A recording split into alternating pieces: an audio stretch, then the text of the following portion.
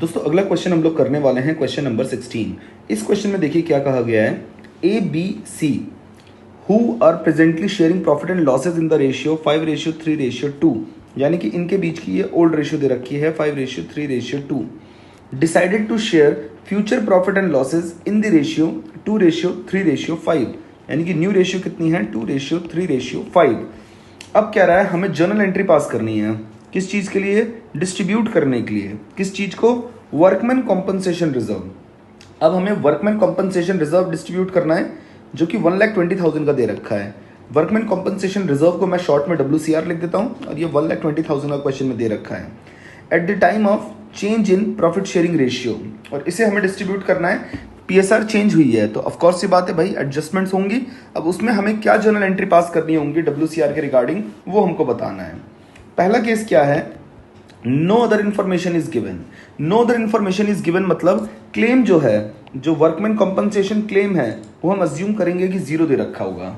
यानी कि WCR किस चीज के लिए प्रिपेयर किया जाता है कि अगर वर्कमैन कॉम्पनसेशन देना पड़ा तो उसके लिए हमारे पास ऑलरेडी कुछ पैसा साइड में हो रखा हो।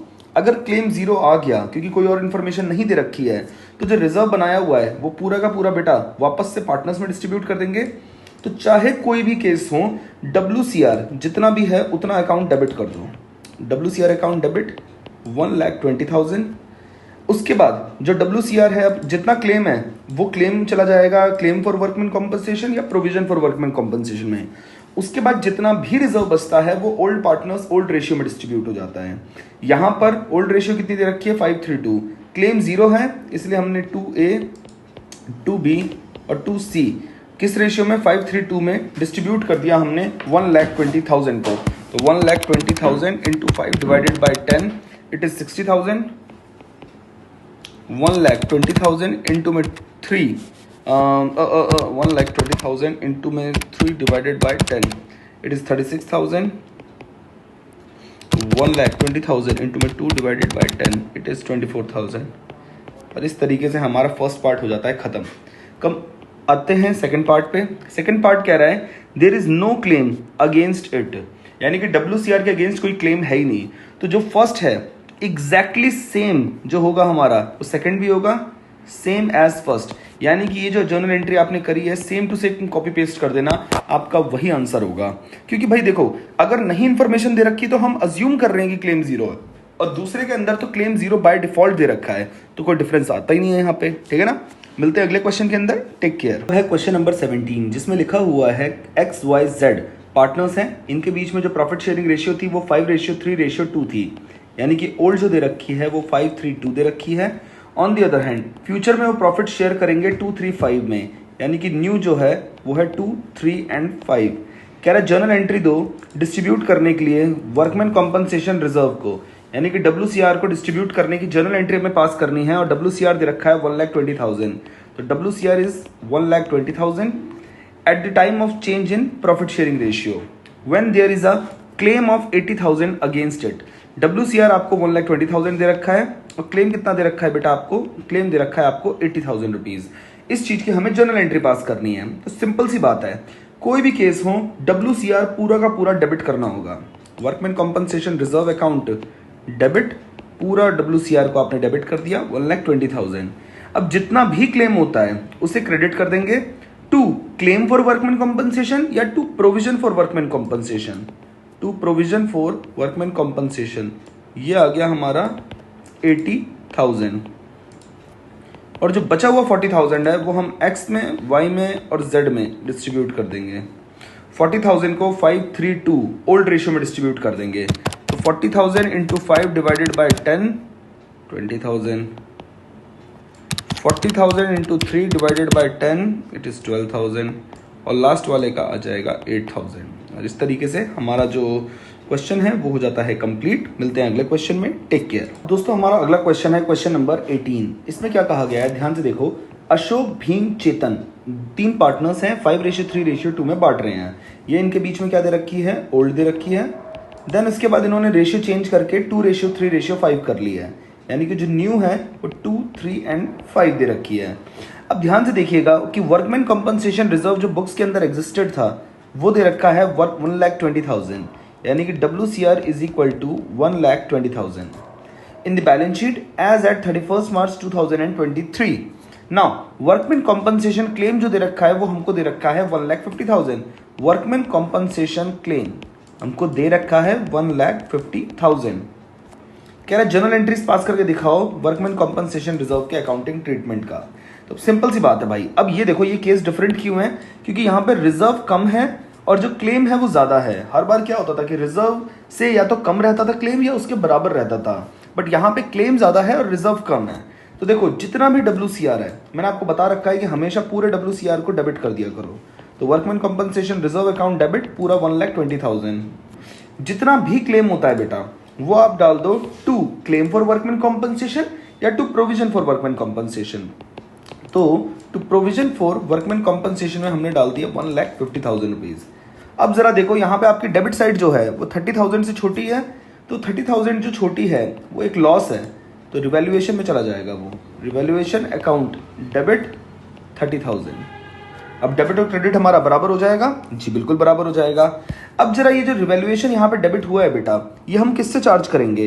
हम पार्टनर से चार्ज करेंगे ना, क्योंकि जब WCR ज्यादा होता था और क्लेम कम होता था तो बचा हुआ रिजर्व बेटा पार्टनर्स बड़े मजे से घर ले जाते थे. अब जब रिजर्व कम है और क्लेम ज्यादा है तो जो एक्स्ट्रा पैसे हैं उन्हें उनके कैपिटल अकाउंट से देना पड़ेगा. बिल्कुल देना पड़ेगा. तो अगली एंट्री में क्या हो जाएगा, जो ये रिवैल्यूएशन अकाउंट डेबिट था ये हो जाएगा बेटा यहाँ पे क्रेडिट, और जो पार्टनर्स हैं उनको कर देंगे डेबिट. पार्टनर्स कौन है? अशोक, भीम एंड चेतन. तो अशोक डेबिट, भीम डेबिट, चेतन डेबिट. कितने? 30,000 को हम लोग किस रेशियो में डिस्ट्रीब्यूट करेंगे सर? Always old ratio. तो 30,000 इंटू 5 अपॉन में 10 इट इज 15,000. देन 30,000 इंटू में 3 अपॉन में 10 it is 9,000. And last one is 6,000. As simple as that and the question is over. मिलते हैं अगले क्वेश्चन में. Take care. दोस्तों अगला क्वेश्चन हमारा क्वेश्चन नंबर 19. इस क्वेश्चन में देखिए क्या लिखा हुआ है कि ABC 3 पार्टनर्स हैं. प्रॉफिट शेयरिंग रेशियो है 5:3:2, यानी कि इनके बीच की ओल्ड शेयर रेशियो दे रखी है 5:3:2. देन इसके बाद इन्होंने डिसाइड किया कि फ्यूचर में प्रॉफिट्स बांटेंगे 2:3:5 में, यानी कि न्यू रेशियो हो जाएगी 2:3:5. फाइन. कह रहा जनरल एंट्री दो डिस्ट्रीब्यूट करने के लिए इन्वेस्टमेंट फ्लक्चुएशन रिजर्व को. इन्वेस्टमेंट फ्लक्चुएशन रिजर्व और IFR के ऊपर ये पहला क्वेश्चन है और IFR आपको दे रखा है 20,000 का. IFR बनाने का पर्पस क्या होता है पहले तो ये समझ लो. इन्वेस्टमेंट फ्लक्चुएशन रिजर्व बनाया जाता है इन्वेस्टमेंट्स के लिए. जो भी फर्म इन्वेस्टमेंट करती है अब उसकी वैल्यू कम भी हो सकती है ज़्यादा भी हो सकती है. कम होगी अगर वैल्यू तो फिर क्या हो जाएगा? लॉस हो जाएगा. और लॉस के लिए आप एक ऑलरेडी प्रिपेयर रहने के लिए आप एक ऑलरेडी रिजर्व बना के रखते हैं. उस रिजर्व को हम लोग कहते हैं इन्वेस्टमेंट फ्लक्चुएशन रिजर्व. अब ये लॉस निकलेगा कैसे? बुक वैल्यू को मार्केट वैल्यू से कंपेयर करके. जैसे कि क्वेश्चन में देखो दे रखा है कि जो इन्वेस्टमेंट है उसकी मार्केट वैल्यू 95,000 है और जो बुक्स में वैल्यू है वो 1 लाख है. यानी कि ऐसे लिख दो BB कितनी है? 1 लाख. 1 लाख की बुक वैल्यू है, यानी कि हमारी बैलेंस शीट में उसकी वैल्यू 1 लाख दिखा रखी है, बट अभी मार्केट में उसकी वैल्यू सिर्फ 95,000 बची है. तो लॉस कितने का हुआ है बेटा? लॉस हुआ है हमारा 5,000 का. अब जरा देखो लॉस 5,000 का हो गया. अब जनरलाइज कैसे करना है? जैसे WCR के केस में WCR पूरा का पूरा डेबिट होता था, सिमिलरली यहाँ पर भी पूरा का पूरा IFR अकाउंट हो जाएगा बेटा डेबिट. कितने रुपए से? 20,000 से IFR डेबिट हो जाएगा. देन उसके बाद जितना भी आपका लॉस है बेटा, आप लॉस को आप क्या करोगे? 2, जैसे वहां पे WCR में 2 work provision for workman compensation होता था, यहां पे हो जाएगी 2 इन्वेस्टमेंट 5,000. और बचा हुआ हम लोग क्या कर देंगे? जितना रिजर्व बचेगा 15,000 का बचा हुआ है वो हम लोग ओल्ड पार्टनर ओल्ड रेशियो में डिस्ट्रीब्यूट कर देंगे. To A capital, to B capital, to C capital. कितना कितना? 5:3:2 में 15,000 बांट देंगे. 15,000 into 5/10 it's 7,500. 15,000 into 3/10 it's 4,500. 15,000 into 2/10 it's 3,000. और इस प्रकार हमारा जो क्वेश्चन नंबर 19 है बेटा वो हो जाता है खत्म. मिलते हैं अगले क्वेश्चन में. Take care. अब दोस्तों अगला क्वेश्चन जो हम लोग करने वाले हैं वो है question number 20. And question number 20 जो है इन्वेस्टमेंट फ्लक्चुएशन रिजर्व के जितने भी केसेस हैं उन सारे केसेस का क्या है? एक क्वेश्चन है, कंबाइंड क्वेश्चन है. तो ये हो गया, मतलब आपका इन्वेस्टमेंट फ्लक्चुएशन रिजर्व का सारा कॉन्सेप्ट कंप्लीट हो गया. ठीक है ना. क्वेश्चन कह रहा है कि नितिन, तरुण और अमर 3 पार्टनर हैं. 2:1 में बांट रहे हैं, यानी कि जो ओल्ड रेशियो है बेटा वो कितनी दे रखी है 2:1। फिर एक्सट्रैक्ट दे रखा है बैलेंस शीट का। एक्सट्रैक्ट ऑफ बैलेंस शीट का मतलब होता है बेटा पूरी बैलेंस शीट नहीं दे रखी, सिर्फ उसका एक टुकड़ा दे रखा है। एज एट 31 मार्च 2023 कितना दे रखा है बैलेंस शीट का एक्सट्रैक्ट? इन्वेस्टमेंट फ्लक्चुएशन रिजर्व दे रखी है 60,000 और इन्वेस्टमेंट्स हमारे को दे रखी है 4 लाख। यानी कि रिजर्व हमारा हमेशा लाइबिलिटी साइड में दिखता है, तो इसलिए 60,000 का रिजर्व दे रखा है। और इन्वेस्टमेंट की जो बुक वैल्यू है, जो बैलेंस शीट में वैल्यू है, उसी को हम बुक वैल्यू कहते हैं बेटा, वो दे रखी है 4 लाख। ठीक है जी, समझ आ गया। कह रहा है नेसेसरी जर्नल एंट्रीज पास करो नीचे दी हुई फॉलोइंग सिचुएशंस में। पहला केस क्या है बेटा? When its market value is not given. Market value दे नहीं रखी है कि कितनी है। अगर बेटा मार्केट वैल्यू नहीं दे रखी है तो एज्यूम करेंगे क्या कि जो बुक वैल्यू है वो इक्वल टू मार्केट वैल्यू है। और बुक वैल्यू यहाँ पे कितनी है बेटा? बुक वैल्यू आपकी 4 लाख दे रखी है। Book value of investment 4 lakh दे रखी है, तो मार्केट वैल्यू भी कितनी होगी बेटा? 4 लाख ही होगी। यही एज्यूम करोगे ना, जब नहीं दे रखी मार्केट वैल्यू तो फिर हम एज्यूम करेंगे कि दोनों बराबर होंगी। अब इस केस में जब दोनों चीजें 4 लाख हैं तो हमारा जो लॉस होगा बेटा वो कितना हो जाएगा? 0। और अगर लॉस 0 है आपका तो अब रिजर्व की ट्रांसफर की एंट्री क्या होगी? Investment fluctuation reserve account debit कितना? 60,000 का रिजर्व है ना, 60,000 टू तीनों पार्टनर्स में बांट दो, नितिन, तरुण और अमर में।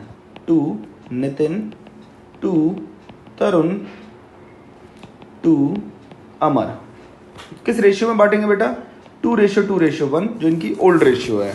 तो 60,000 डिवाइडेड बाय 12,000, 24,000 और 12,000। ये हमारी जर्नल एंट्री हुई और इस तरीके से हमारा जो पार्ट 1 है वो बेटा कंप्लीट होता है। फिर पार्ट नंबर 2 क्या है? पार्ट नंबर 2 देखो यहाँ पे दे रखा है कि when its market value is 4 lakh.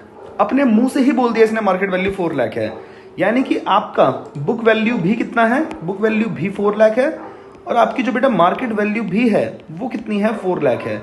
यानी कि यहां पर भी जो लॉस होता है आपका कितना होता है? 0। सेम एज केस नंबर 1, जिसकी एंट्री होगी सेम केस नंबर 1 की तरह होगी। यानी कि आप केस 1 में आपने अज्यूम किया था कि बुक वैल्यू और मार्केट वैल्यू इक्वल है, और केस 2 के अंदर बेटा book value market value equal दे रखी हैं। देन आता है केस नंबर 3। केस नंबर 3 कह रहा है हमारा when its market value is 4,24,000। तो देखो बुक वैल्यू हमारी तो है 4 लाख, बहुत बढ़िया।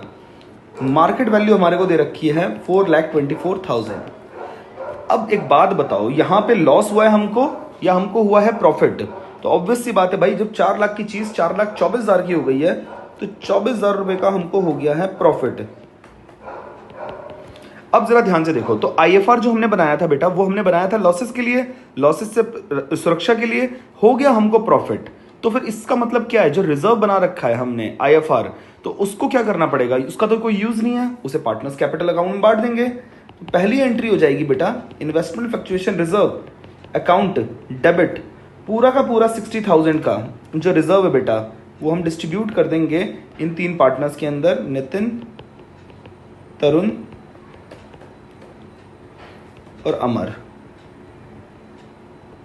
तो 60,000 को वही काम हम करेंगे। 60,000 को 2:1 में divided by 5, 24,000, 24,000, 12,000। Now second point is, अब क्या करना है? यहां पे बेटा 24,000 से हमारी जो इन्वेस्टमेंट्स है उनकी वैल्यू इंक्रीज हुई है। अब इसकी जर्नल एंट्री देखो क्या होगी? इन्वेस्टमेंट्स इंक्रीज हो रही है तो बेटा investment account debit, investment account debit, और क्यों इंक्रीज, ये किस में डाल देंगे हम? Profit to revaluation account. Sir ये क्या बात कर रहे हो? रिवैल्यूएशन कहाँ से आ गया? बेटा रिवैल्यूएशन कुछ इस तरीके से आया है, आपने रिवैल्यूएशन अकाउंट का फॉर्मेट बनाया होगा, तो उसमें रिवैल्यूएशन अकाउंट में जब हमारी कोई एसेट की वैल्यू इंक्रीज होती है तो हम क्या करते हैं? उसको क्रेडिट करते हैं ना, तो हम बाय साइड में लिख देते हैं इन्वेस्टमेंट। तो ये देखो एंट्री क्या बन जाएगी? Investment account debit to revaluation account, ठीक है ना? जितने से इंक्रीज हुई है 24,000 से हुई है, 24,000। देन उसके बाद अब ये जो प्रॉफिट है बेटा 24,000 का, इसको डिस्ट्रीब्यूट करने का समय आ गया है। डिस्ट्रीब्यूट हम लोग किस तरीके से करेंगे? हम लोग ऐसे करेंगे कि जो रिवैल्यूएशन यहाँ डेबिट हुआ था उसे यहाँ पे क्रेडिट कर देंगे, रिवैल्यूएशन अकाउंट क्रेडिट हुआ था उसको डेबिट कर देंगे और 2 इसे डिस्ट्रीब्यूट कर देंगे पार्टनर्स में, नितिन, तरुण और अमर। 24,000 को हम लोग 2:1 में डिस्ट्रीब्यूट करेंगे, तो ये हमारा बनता है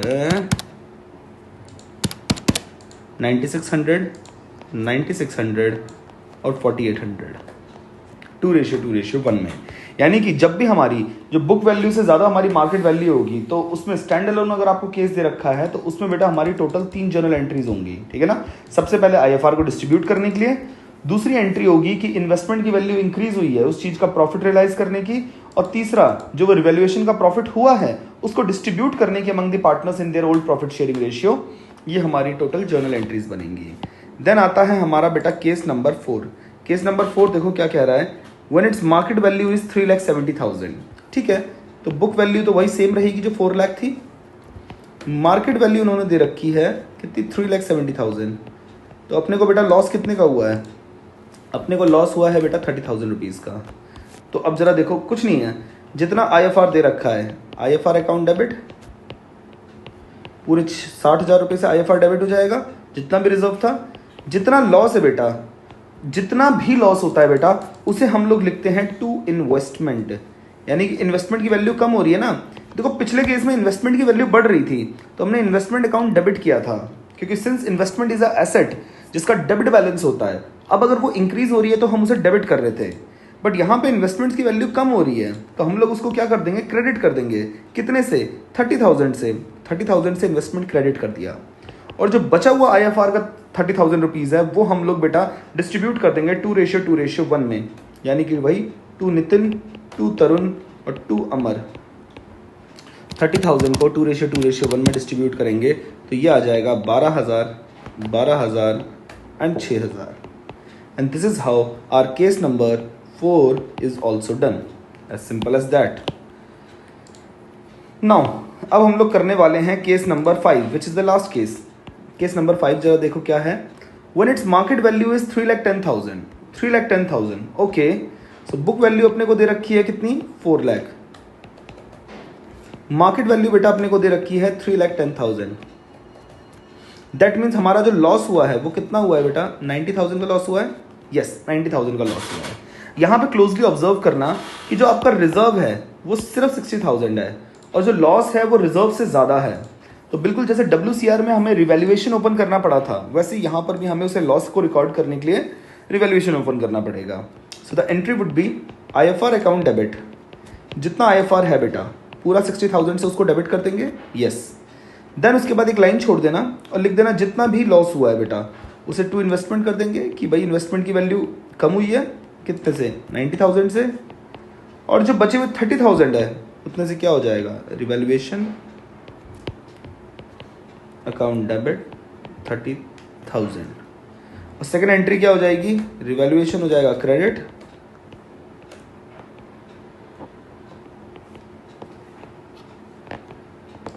और तीनों पार्टनर्स का नितिन, तरुण और अमर, नितिन डेबिट, तरुण डेबिट, अमर डेबिट। किस रेशियो में डिस्ट्रीब्यूट कर देंगे, वही 2:1 में। तो हम जब इसे सॉल्व करेंगे तो हमने पाया कि ये 12,000 से डेबिट होगा, ये भी 12,000 से होगा, और ये हमारा 6,000 से डेबिट होगा। And this is how our question gets completed 100%, ठीक है ना। टोटल 5 केसेस थे, इसके बियॉन्ड कोई भी केस एग्जिस्ट नहीं करता है बेटा इन्वेस्टमेंट फ्लक्चुएशन रिजर्व से रिलेटेड, ठीक है। मिलते हैं अगले क्वेश्चन के अंदर, तब तक के लिए टेक केयर।